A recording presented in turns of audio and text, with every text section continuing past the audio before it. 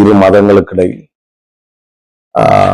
பிளவுகளை ஏற்படுத்த வேண்டும் என்பதற்காக திட்டமிட்டு செய்யப்பட்ட ஒரு விடயமாகவே இது அவர்கள் தலைமையில் தானே அந்த வாக்குமூலத்தை ஒரு வெளிநாடகத்தில் கொடுத்திருக்கிறார். சிறிய நண்பர்கள் அல்லது சமூக ஊடகத்தைச் சேர்ந்தவர்கள் இந்த கருத்தை மீண்டும் மீண்டும் மீண்டும் அதை பெரிதுபடுத்தி அதில் குளிர் காய்ந்து அரசியல் லாபம் தேட வேண்டும் என்பதற்காக இந்த தவறை செய்து கொண்டிருக்கிறார்கள். கண்டதை சொல்லுகிறேன், உங்கள் கதையை சொல்லுகிறேன். வணக்கம். 1990ஆம் ஆண்டு மட்டக்களப்பில்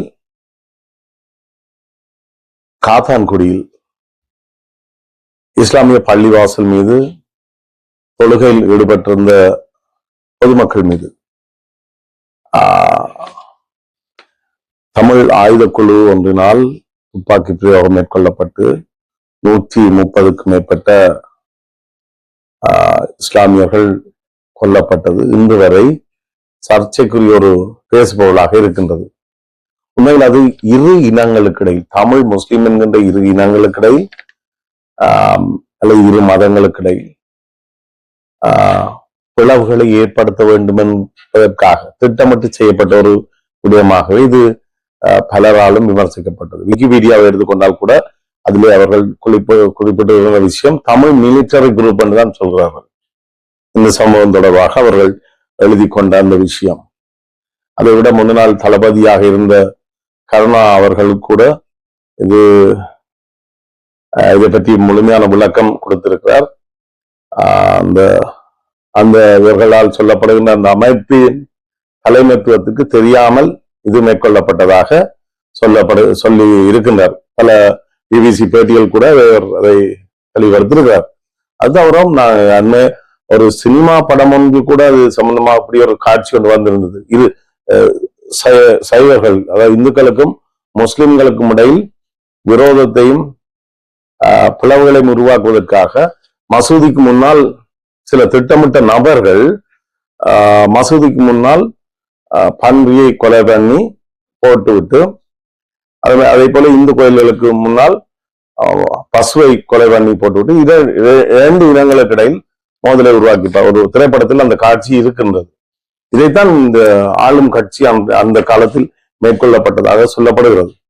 இங்க 1990ஆம் ஆண்டு காத்தான்குடியில் மேற்கொள்ளப்பட்ட அந்த படுகொலைக்கு பழிதீர்க்கும் முகமாக ஜிஹாத் இயக்கத்தினரால் முஸ்லிம் ஊர்காவல் படையினரால் அதே ஆண்டு பல இடங்களில் தமிழ் பொதுமக்கள், குறிப்பாக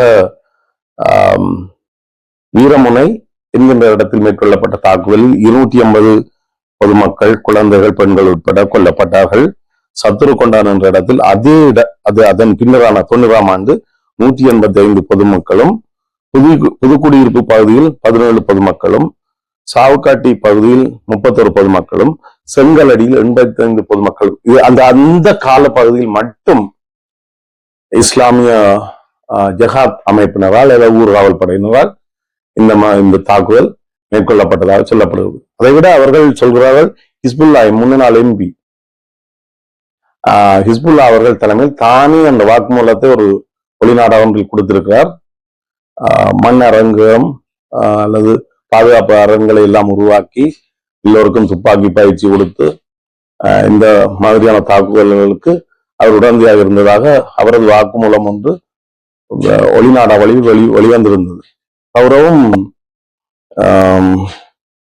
ஒரு இந்து சைவ கோயில் ஒன்றை உடைத்து அதை மீன் மார்க்கெட்டாக மாற்றியதாகவும் பார்லமெண்டத்திலே அவர் அதை தெரிவித்திருந்தார். இப்படியாக அரசியல்வாதிகளால் திட்டமிடப்பட்டு மேற்கொள்ளப்பட்ட இந்த தாக்குதல்களுக்கு பின்னால் இரு இனங்களுக்கிடையே முரண்பாடுகளை உருவாக்குவது வேண்டும் என்பதே அவர்களது மிக பிரதான காரணமாக இருந்தது. அது ஒரு விஷயத்தை வழங்கிக் கொள்ளணும் பொதுமக்கள், தமிழ் மக்களாக இருந்தாலும் சரி, இஸ்லாமியர்களாக, இரண்டு பக்கங்களிலும் ஏராளமான உயிரிழப்புகளும் பெருமளவான பொருள் உடைமை இழப்புகளும் இருந்திருக்கிறது.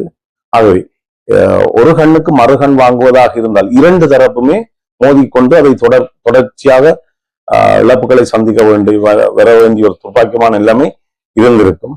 அதனால் இந்த யதார்த்தமான உண்மையை புரிந்து கொண்டு இந்த பிரச்சனை இன்னும் பெரிதுபடுத்தி இனங்களுக்கு இடையில் பிளவுகளை ஏற்படுத்தும் விதமாக இந்த பத்திரிகை நண்பர்கள் அல்லது சமூக ஊடகத்தைச் சேர்ந்தவர்கள் இந்த கருத்தை மீண்டும் மீண்டும் மீண்டும் அதை பெரிதுபடுத்தி அதில் குளிர் காய்ந்து அரசியல் லாபம் தேட வேண்டும் என்பதற்காக இந்த தவறை செய்து கொண்டிருக்கிறார்கள். மக்களாகிய நாங்கள் இதை புரிந்து கொள்ள வேண்டும். இது ஒரு சந்தர்ப்பத்தில் நடந்த ஒரு துப்பாக்கியமான நிலைமை என்று எல்லாரும் இரண்டு பக்கங்களிலும் அழிவு ஏற்பட்டிருக்கிறது. இரண்டு பக்கங்களிலும் ஏராளமான உயிரிழப்புகள் ஏற்பட்டிருக்கிறது. ஆக இதை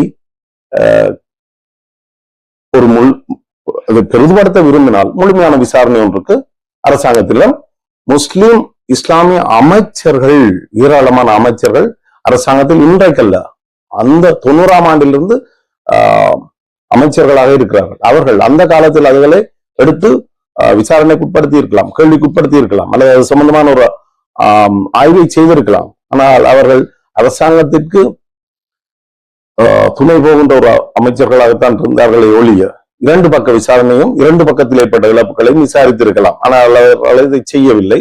அவர்கள் இன்றும் அதை இரண்டு இனங்களுக்கிடையில் விரிசலையும் பிரச்சனையும் உருவாக்குவதற்கு முயன்று கொண்டிருக்கிறார்கள் என்பதுதான் உண்மை. அது இந்த 90ஆம் ஆண்டு நடைபெற்ற காத்தான்குடி படுகொலைகள் அல்லது அதற்கு பின்னரான இஸ்லாமிய ஜகாத் அமைப்பினரால் மேற்கொள்ளப்பட்ட ஆயுத கொலைகள் இரண்டு தரப்பிலும் இழப்புகள் ஏற்பட்டது. அதை இன்னும் இன்னும் இன்னும் இன்னும் நாங்கள் பெரிதாக்கி கொண்டிருந்தால் நாங்கள் மீண்டும் மீண்டும் மீண்டும் ஒரு ஆபத்தான நிலைமைக்குத்தான் செல்லும். இந்த தவறை செய்யாமல் இதற்குரிய ஒரே வழி இரண்டு தரப்பும் அதை மன்னிப்போம் மறப்போம் என்று அதை மறந்து விடுவதுதான் நல்லது என்பது எனது அன்பான கருத்து. இது சம்பந்தமான உங்களது ஆரோக்கியமான கருத்துக்களை வரவேற்கிறேன். நன்றி, வணக்கம்.